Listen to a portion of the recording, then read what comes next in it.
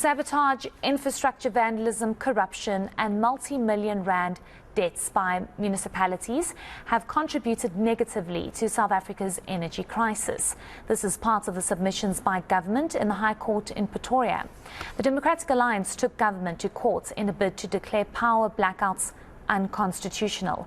The party also wants NERSA's 30% tariff hike decision scrapped. eNCA reporter Bafedile Moerane has more.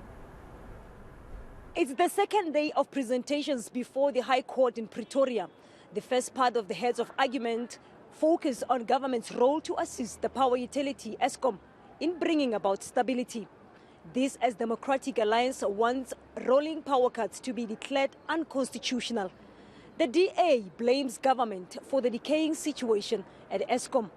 But in turn, government says a lot has been done to improve this situation. And there has been challenges including vandalism of infrastructure, sabotage, corruption and municipalities' electricity bills that have contributed negatively to the situation at Eskom.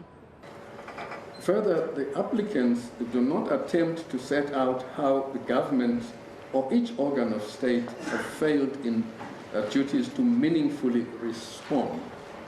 They merely claim that the government has failed.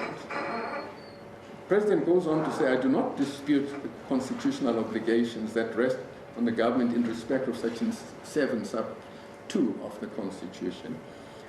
But government operates in a context of multiple role players with individual responsibilities, the private sector, corruption that takes time to unravel, criminal activity, budget restraints, and insufficient human resources. In its final submissions of the arguments, the DA says the crisis does not really require scientific evidence. The party says government does not want to shoulder the responsibility and is always passing the buck. All the words have been about, well, it's difficult to implement, difficult to monitor. Well, that's a problem with the EAP. It's not a difficulty with the special master. The entire thread of argument has been avoidance. No one is to blame.